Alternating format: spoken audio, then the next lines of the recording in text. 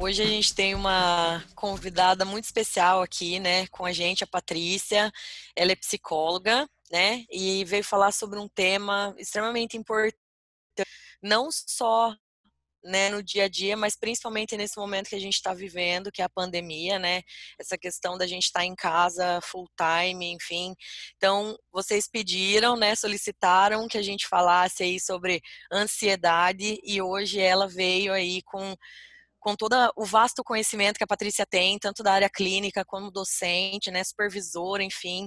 Ela é da área da Gestalt, então ela vai falar um pouquinho aí dela, mas também vai nos falar bastante aí sobre essa questão da ansiedade, que para nós é tão importante e com certeza vai fazer diferença para nós a partir do momento que a gente sair dessa live hoje.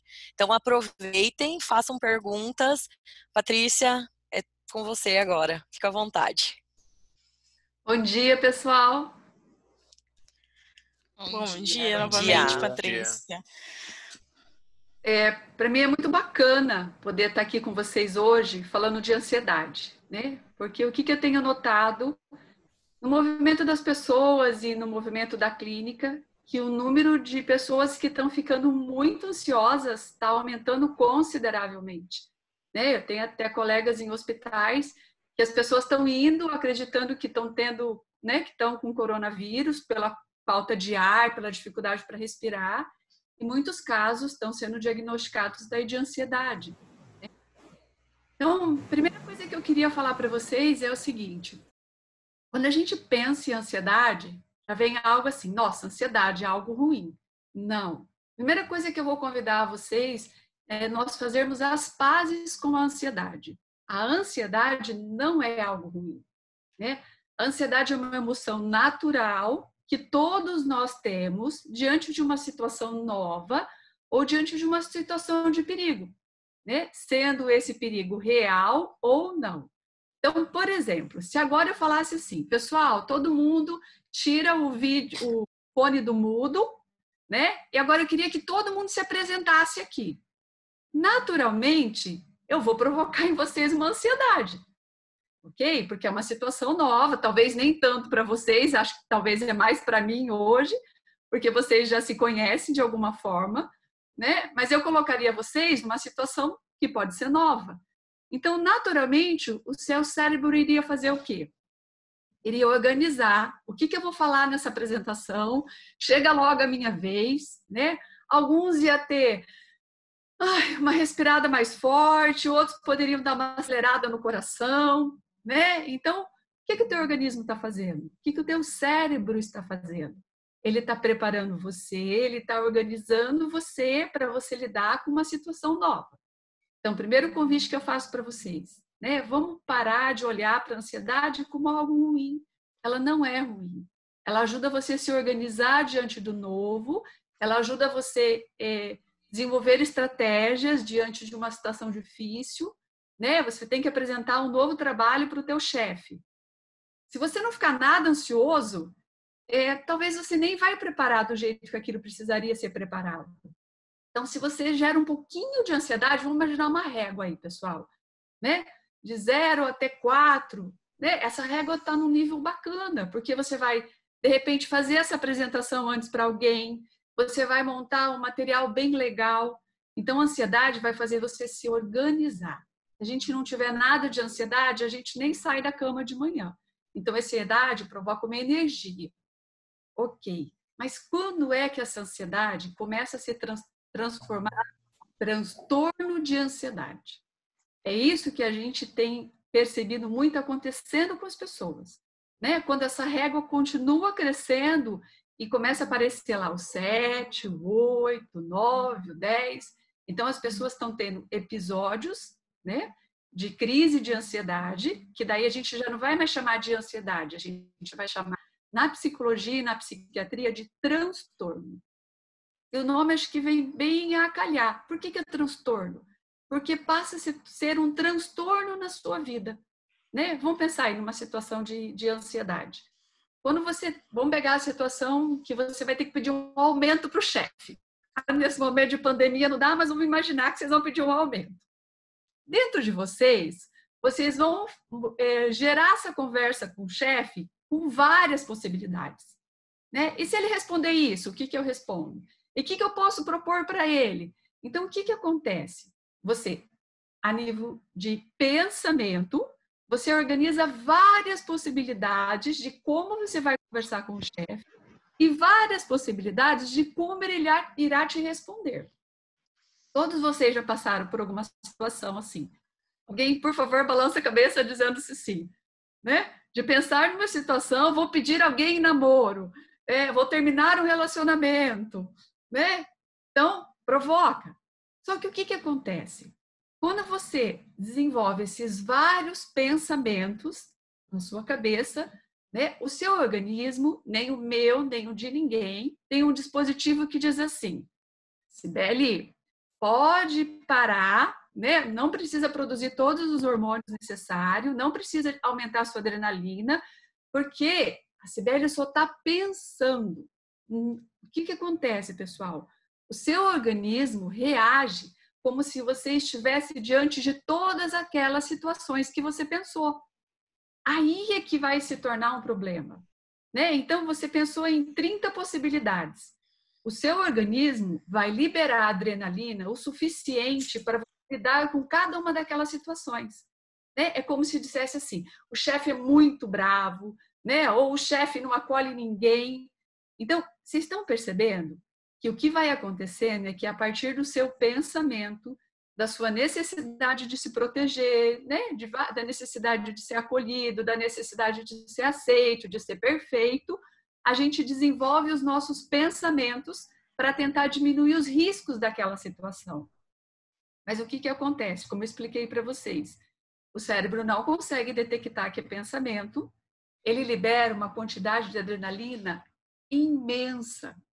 Por isso que a gente tem as reações físicas, né? Quem já vivenciou uma situação de ansiedade ou até mesmo uma crise, que daí é algo muito mais forte, então o que vocês vão encontrar com alguém que tem esse aumento de adrenalina imenso, com esse aumento de cortisol, que é o hormônio do estresse?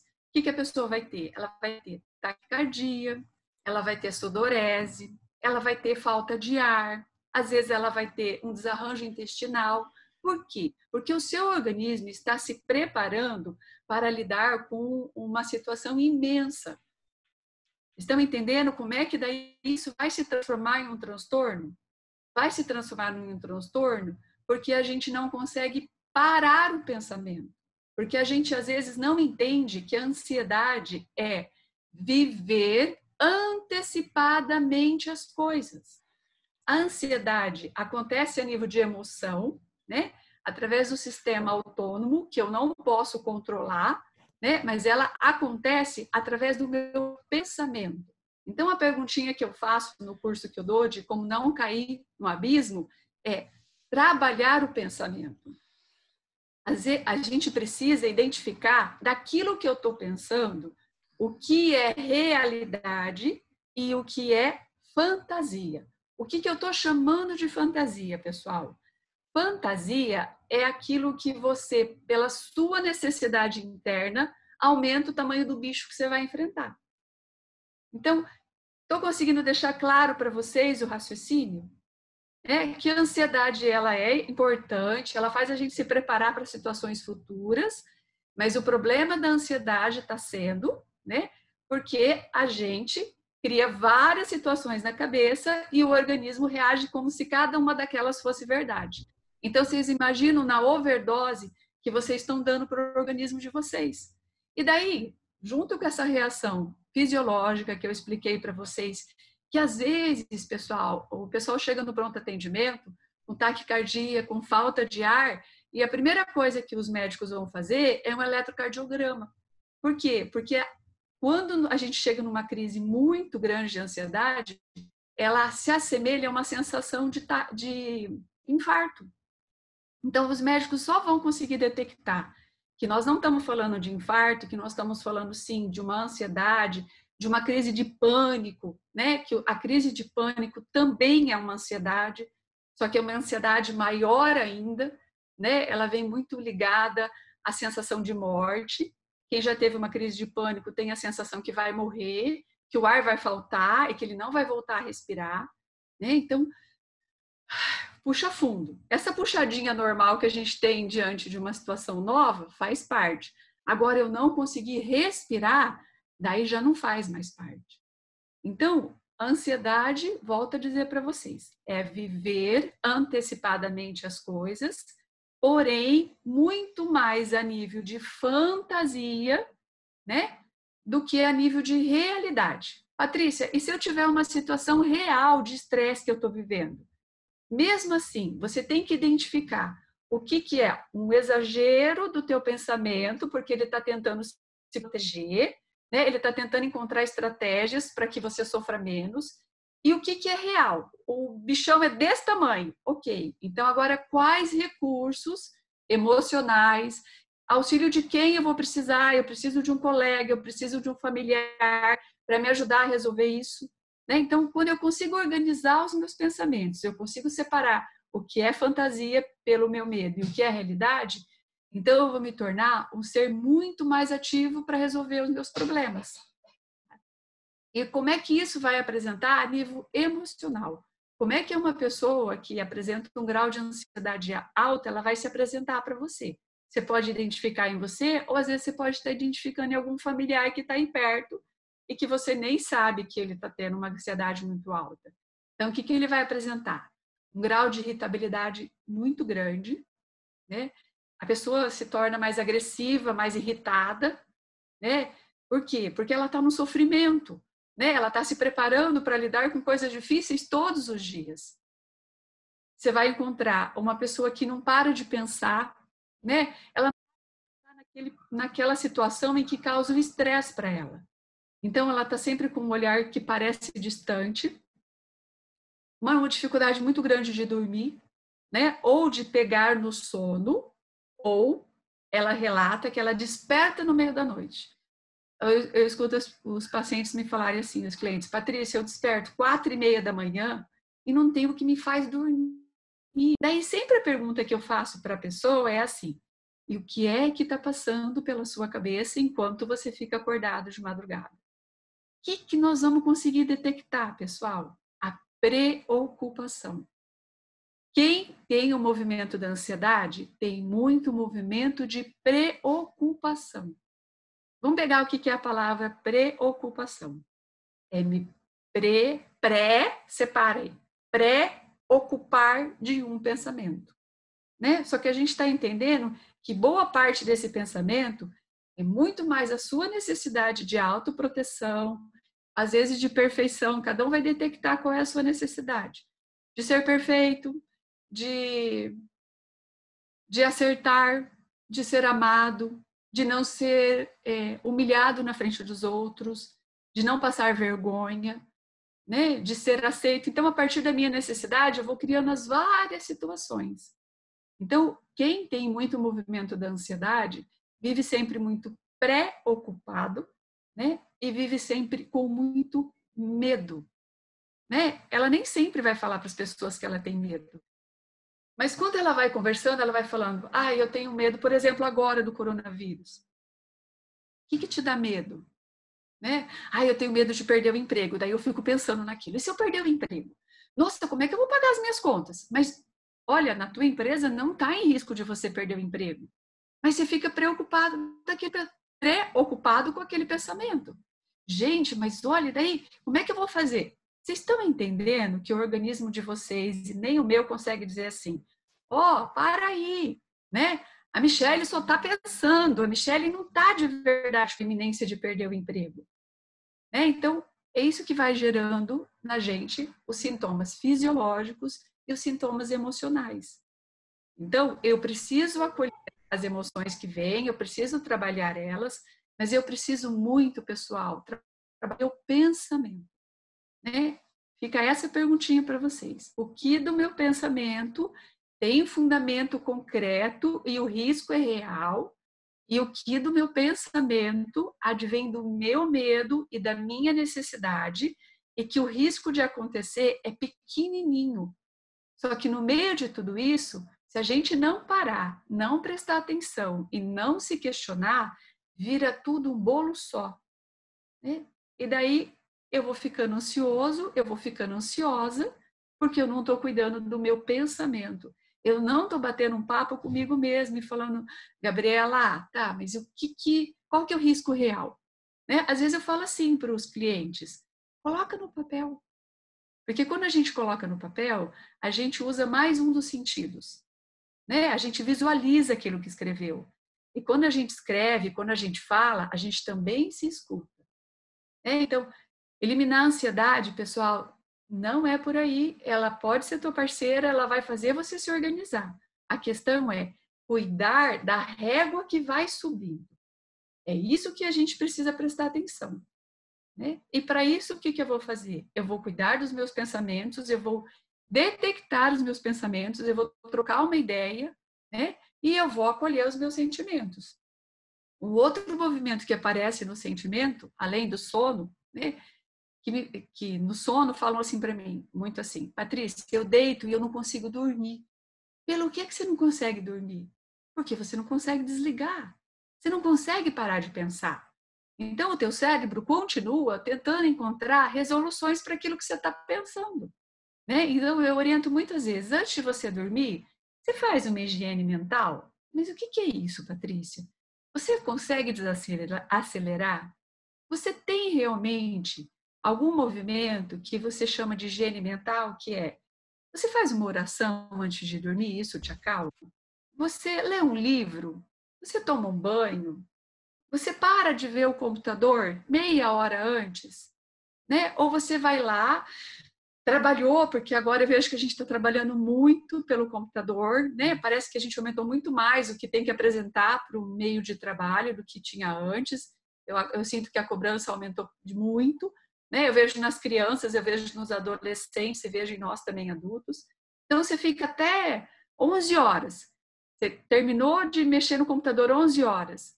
Você vai, deita e o sono não vem, né? Você está mega cansado, mas o sono não chega. Por quê? Você não desacelerou, você não fez uma higiene mental. Então, você tem que estar muito cansado para você desligar. Né? Quem já vai começando a apresentar o grau de ansiedade, vai começando a ter dificuldade para dormir. Uma outra coisa também que apresenta bastante na ansiedade, pessoal, é o comer, né? O mastigar.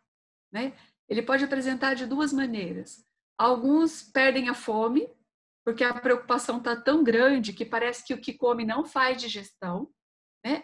E alguns não param de mastigar, né? Fica o tempo todo, né? A gente pode engordar no movimento da ansiedade. Por quê? Eu mastigo não pela fome, pela necessidade de comer. Muitas vezes eu vou mastigar por não conseguir fazer contato, ou às vezes não conseguir dar conta do que eu estou sentindo. Então eu vou mastigar, eu desvio a atenção, eu vou lá mastigar, né? Aí, vocês nunca passaram por a situação de assim, abrir o armário e falar, mas o que tem aqui para eu comer? Você acabou de almoçar, né?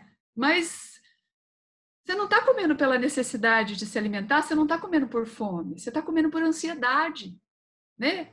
Então, a gente também tem que prestar atenção, porque daí a gente mastiga, na verdade a gente não mastiga, ok? Quem está num grau de ansiedade perde o movimento da mastigação. Como assim, Patrícia? Prestem atenção. Quando vocês estão mais ansiosos, vocês engolem a comida e vocês não mastigam. Por quê? Porque eu tenho uma aceleração. Eu também vou apresentar essa aceleração. Daí o que acontece? A gente perde um pouco o sabor pelas coisas da vida. Porque pensem comigo. Se eu fico antecipando as coisas, em qual tempo da vida eu estou vivendo? No presente ou no futuro? No futuro. E no futuro, eu realmente posso realizar mudanças? Não, galera, eu posso organizar mudanças para realizá-las, né? Mas eu só posso realizar mudanças na minha vida no hoje. Então, quem é ansioso, quem apresenta muito alto grau de ansiedade, às vezes assalta o sabor da própria vida. Como isso? Você está numa festa bacana e você está lá pensando, nossa, eu ainda não entreguei aquele relatório. Mas que hora que eu vou fazer aquele relatório? Você nem saboreia a festa, você nem curte a pessoa que você está lá paquerando, né? Você nem curte os amigos, você nem bebe a tua cerveja com prazer, porque você está lá tomando a cerveja e o pensamento em outro lugar, né? A ansiedade também Atrapalha a ansiedade, a intimidade sexual. Em que sentido? Você está lá com uma pessoa, namorando, numa boa, e você está pensando em outra coisa. Você acha que o teu organismo está reagindo ao quê? Ao toque, ao contato que você está tendo ou à tua preocupação? Né? Daí vão aparecer várias disfunções na relação sexual. E muitas vezes não tem nada a ver com o organismo. Você é saudável a nível de organismo. O que acontece é que você está indo tão ansioso por encontro a dois, quem fica naquele momento? Né? Você fica em outro momento. Lógico que você não vai, né, aproveitar e às vezes vai apresentar algumas dificuldades. Então, vocês estão percebendo? Se está ficando claro, por favor, vocês balancem a cabeça. Né? Obrigada, galera. Que assim, a ansiedade, ela está muito ligada ao pensamento. Né? Então, eu preciso me escutar, eu preciso perceber qual é a minha preocupação. A pergunta que eu sempre faço para uma pessoa que me apresenta um movimento de ansiedade muito alto é: com o que você está preocupado? Com o que você está preocupada? Qual é o seu medo? Se eu consigo ir respondendo essas perguntas, né, então eu já vou dando uma chance para o meu pensamento conseguir separar o que é fantasia do que é realidade. Então, eu vou diminuindo a quantidade de adrenalina que eu vou liberar no meu organismo. Consequentemente, eu vou diminuir os sintomas físicos que eu possa produzir. E, pessoal, quando vocês tiverem alguém do lado de vocês, desejo que não seja vocês porque é muito desconfortável. Mas se vocês tiverem alguém do lado de vocês tendo uma crise de ansiedade ou uma crise de pânico, não desmereça o sofrimento dessa pessoa, porque ele é real. Às vezes o que ela está pensando pode não ser real. O bichão que ela está enfrentando pode não ter o tamanho, né? Pode não ter as 8 cabeças que ela está vendo, pode às vezes ter umas 3, porque não é infundado. Né? Mas às vezes a gente vê 8 cabeças e depois de eu conseguir prestar atenção eu posso descobrir 3. Mas ela está sofrendo e o corpo dela está tendo toda a ação fisiológica para 8 cabeças. Então, assim, muitas vezes você vai ter que levar ela para um pronto atendimento mesmo, porque ela, às vezes ela não consegue sair da crise sozinha, porque ela entrou no estado tamanho de estresse, né? O estado tamanho do aumento do cortisol e da adrenalina que ela não desacelera.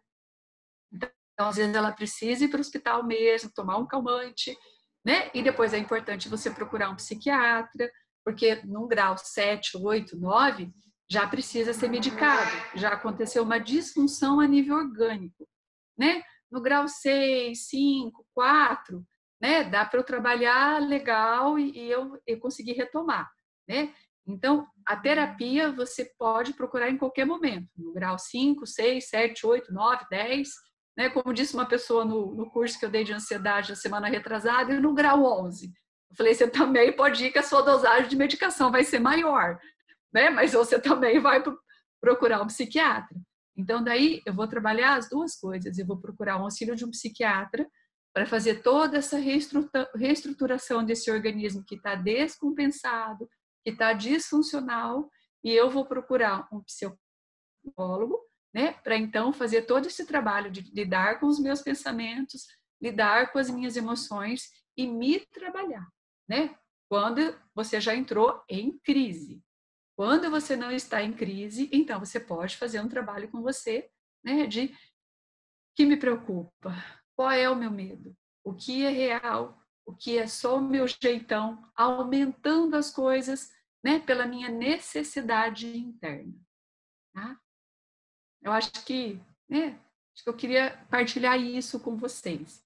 Agora eu vou ficar um pouquinho à disposição se algum de vocês tiver necessidade de fazer alguma pergunta. Pode ser, Sibeli? Pode ser, Isabela? Com certeza, fiquem à vontade, pessoal, perguntem mesmo, porque o tema é fantástico, assim, aproveitem mesmo.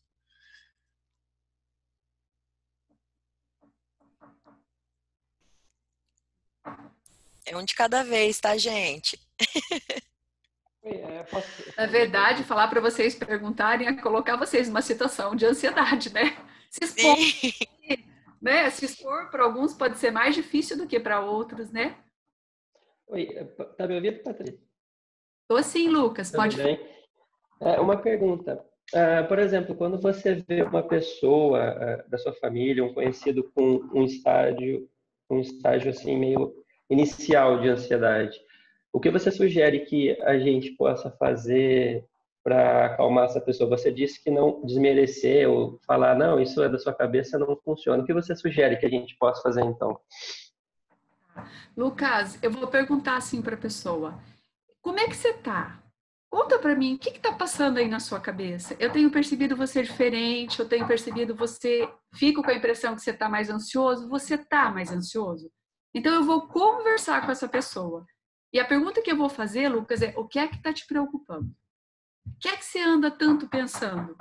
E daí, ao conversar, o que é bacana, Lucas, que ao conversar, eu também vou me escutar, porque o ouvido que está mais próximo da minha boca é o meu. Então, quando a pessoa conversa com o outro, ela também pode se escutar, tá? Então, o que eu vou fazer é conversar com essa pessoa, Lucas, né? Vou checar com ela o que ela anda pensando, o que ela anda sentindo e vou colocar para ela assim, ó: se você precisar falar, eu tô aqui. Nossa, isso já dá uma sensação de que assim, ufa, eu não tô sozinho, né? Eu tenho alguém que pode enfrentar isso comigo. Isso ajuda, tá, Lucas? Respondi a tua pergunta? Certo, certo, respondeu. Então Obrigado. tá bom. Mandaram uma pergunta no chat aqui, Patrícia, de qual Ah, que é a indicação de ação na hora de uma pessoa próxima ter uma crise. tá.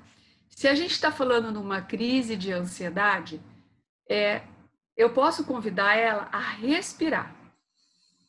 Respira comigo.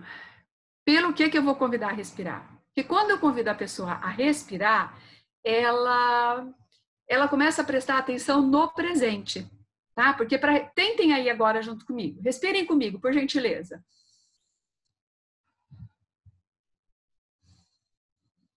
Eu não tenho que parar de pensar nas coisas que eu estou pensando para conseguir respirar.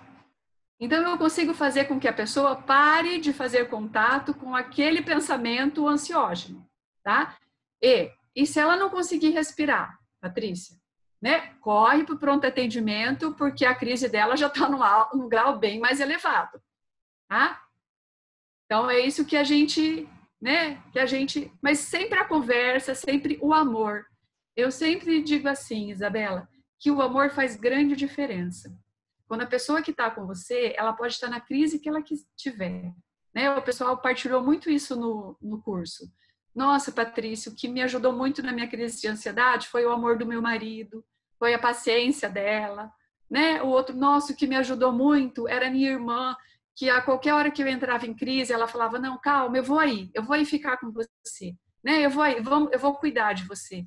Então, assim, uma coisa que é muito importante também é sentir o amor e o apoio das pessoas que estão do lado, sabe? Essa faz uma grande diferença, Isabela. Quem perguntou aí? Será que eu consegui responder? Tirei a dúvida? Respondeu sim, obrigado. Ah, de nada, Lucas. Ah, pessoal, uma coisa importante, né? Que eu falei a diferença entre a crise de ansiedade e a síndrome do pânico, né? Ela tem uma pequena diferença, tá? As duas vão ter sintomas muito parecidos.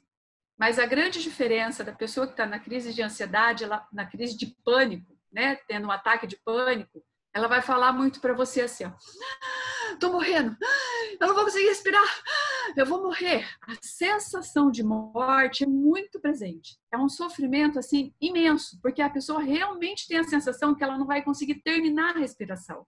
Então, uma pessoa com ataque de pânico, você nem pense duas vezes. Leva ela para o pronto atendimento, porque o sofrimento dela é imenso. Então, ela precisa ser medicada, né, para poder retomar. Depois, então, daí você vai encaminhar ela para um psicólogo, para um psiquiatra, que daí as crises elas vão diminuindo. Tá? Então, uma pessoa que teve uma crise de pânico, ela vai ter outra em outro dia da vida? Não necessariamente, tá? Mas ela pode ter crises recorrentes. E daí, então, ela vai ter que fazer um tratamento, né, de forma medicamentosa e a nível de acompanhamento psicológico.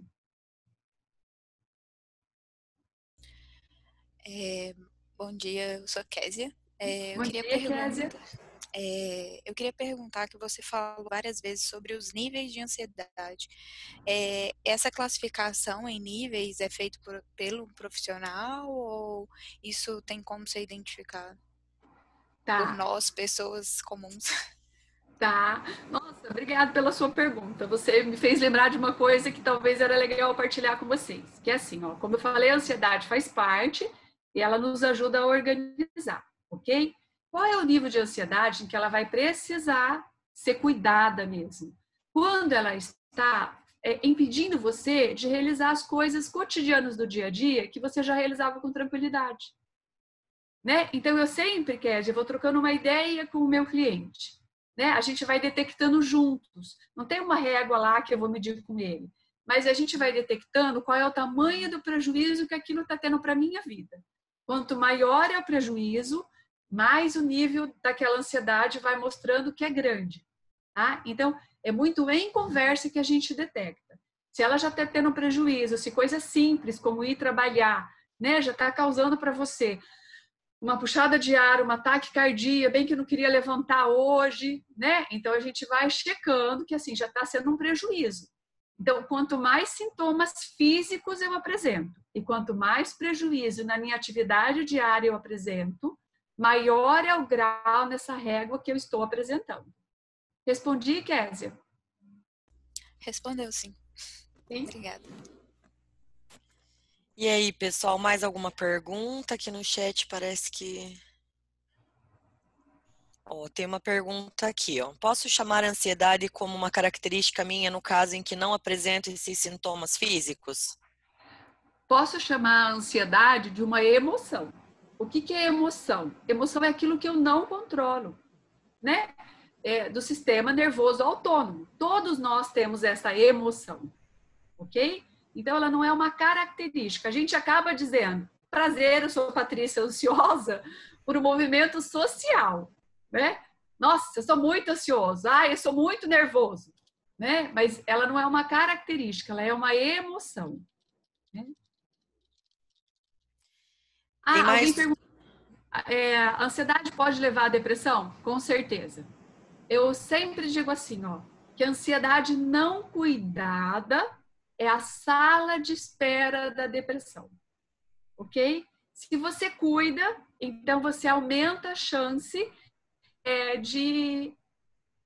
de abrir a porta da depressão, tá? Mas é muito comum os clientes que chegam lá para mim com depressão me relatarem que eles já apresentavam um movimento de ansiedade. Por quê? Porque você vai ficando com medo das coisas, né? Você vai ficando com medo de enfrentar situações novas, você daí não arrisca no trabalho, você às vezes não começa um relacionamento novo, você tem uma alteração no sono e você ficar noites sem dormir, né? Pode te trazer uma disfunção orgânica, então vai alterar na tua dopamina, na tua serotonina.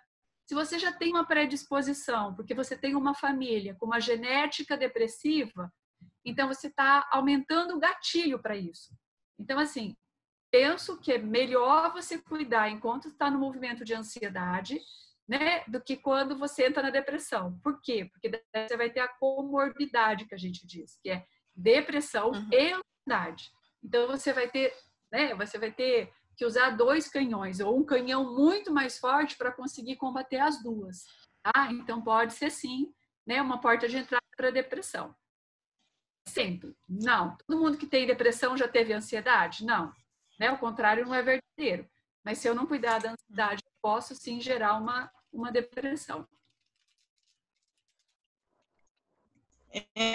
Pessoal, pelo tempo, vamos responder só mais 2, Patrícia, perguntas que chegaram aqui pelo chat. Pode ser. Quando uma pessoa que está em crise alta se recusa em ajuda psicológica ou psiquiátrica, o que fazer? Nossa, essa é uma posição bem difícil mesmo. Né? Assim, ó, eu só posso ajudar quem der permissão. Às vezes está dizendo que aquela pessoa, né, está com uma dificuldade tão grande que ela nem permite que o outro entre no meio dela. Então, o que eu posso fazer? Eu vou colocar para ela o que eu estou enxergando e qual o benefício que eu penso que ela teria se ela buscasse uma ajuda. E o quanto eu estou disposto. Né? Mas que eu não vou poder agarrar ela, a não ser que ela está numa crise de ansiedade, gente, que daí agarra, coloca no carro e leva. Uma crise de pânico, né? Mas se você falar, olha, Patrícia, ela é muito maior que eu não vou conseguir fazer isso, eu explico para a pessoa que eu estou ali e que quais são os benefícios que ela vai ter e que quando ela quiser ajuda, que a minha mão está estendida. Mas eu não mudo o outro, Isabela. Cada um muda próprio. Eu digo assim, ó, que a mudança é uma portinha que a chave só existe do lado de dentro. Só eu posso me mudar. Sim. Eu posso bater a porta do outro para convidar, mas só eu é que posso realizar essa mudança. Tá? E a outra pergunta para a gente fechar, então? Meu Deus, tem Nossa, 3 tem aí, várias, escolhe mais meu uma. Deus. O ansioso, já tendo consciência do seu estado, é importante sinalizar às pessoas que convivem com ele? Sim, é importante sim, né? Porque daí ele vai encontrar dentro das pessoas do meio quem é aquela pessoa que, se conversar com ele, ajuda ele a fazer esse movimento de olhar para o próprio pensamento. Então ele vai detectar no meio dele quem é aquela pessoa que, né, se eu perceber que eu estou no nível de ansiedade, eu preciso conversar, qual é a pessoa que vai conversar comigo? É importante sim. E, Patrícia, rapidinho, porque essa eu acho que é uma pergunta que faz muito sentido para nossa galera, se café atrapalha. Ó, o café não é necessariamente que ele atrapalha, mas quando você está ansioso, você já está com nível de energia alto, então a cafeína vai aumentar mais ainda. Então, o que é indicado quando você, né, está tendo crise de ansiedade ou está muito ansioso? Que você diminua a quantidade de café, não é proibido, mas se você for procurar artigos sobre isso, vai dizer assim, troque o café por chá calmante. É? Não é que é proibido, mas você já está acelerado, você vai aumentar alguma coisa que te acelera mais. Então fica aí o convite para troca. É porque a nossa galera vive de café. Mas é bom o cafezinho, né? Vamos falar a verdade. Bom, Paty, então, nossa, a gente só tem que agradecer mesmo. Eu acho que foram quase 40 minutos aí de muito aprendizado. Eu acho que as dicas, os direcionamentos, né, que você trouxe, até as próprias reflexões, né, eu acho que isso ajuda muito a você se perceber, né? Quando a gente se percebe, fica tudo mais fácil. Então, a gente vai deixar, tá, gente, todos os contatos da Paty disponíveis, se alguém quiser entrar em contato, participar do curso, né, Paty? Que eu acho que é tem um curso importante. feministro. Isso, se você quiser falar rapidinho sobre o curso, eu acho que é importante, né, para o pessoal que quiser participar. Na verdade, o curso surgiu agora, em meio a essa pandemia, pela necessidade das pessoas, né? Alguns me falavam, por que você não trabalha isso? Por que você não coloca isso no papel e trabalha de uma forma concreta para as pessoas terem na mão? Lógico que eu fiquei ansiosa quando me lançaram esse desafio, porque é algo novo, né? Eu pensei, tá bom, vou analisar a proposta e daí eu montei um curso, né? Agora, dia 4 de julho, eu vou fazer a segunda turma. A primeira turma nós estávamos em 22, né? Foi muito bacana. Eu trabalho todo esse mecanismo de como funciona a ansiedade e depois eu trabalho vivências para que você possa aprender a lidar com a própria ansiedade, né? Como trabalhar esse pensamento, como detectar, né? Então, assim, fica o convite aí, se alguém de vocês sentir necessidade, eu vou encaminhar, acho que eu encaminhei o folder para a Cibele, né? Se alguém tiver necessidade ou quiser conversar comigo sobre mais alguma coisa, eu estou à disposição, né? Obrigado pelo convite, acho que é muito bacana trazer esse tema, né? Um tema que eu tenho percebido que tenho sido convidada para falar em alguns locais, né? Legal. Eu acho que mostrou para as pessoas que a gente precisa falar e, né? Se ela dá curso, então disso ela sabe falar, né? Então, obrigado por poder compartilhar com vocês, né? E espero que eu possa ter ajudado um pouquinho de informação para a vida de vocês, tá? Com certeza, Paty. Então, muito obrigada. Sinta-se abraçada aí, né? E Obrigada. qualquer dúvida, qualquer coisa, a gente vai disponibilizar teus contatos e o pessoal entra em contato com você. Tá bom, Cibele. Obrigado. Obrigada, Obrigada. pessoal. Uma boa semana para vocês. Igualmente, Obrigado. Um abraço. Tchau, tchau. Obrigada, Patrícia. Obrigado. Tchau, tchau. Tchau. Tchau. Tchau.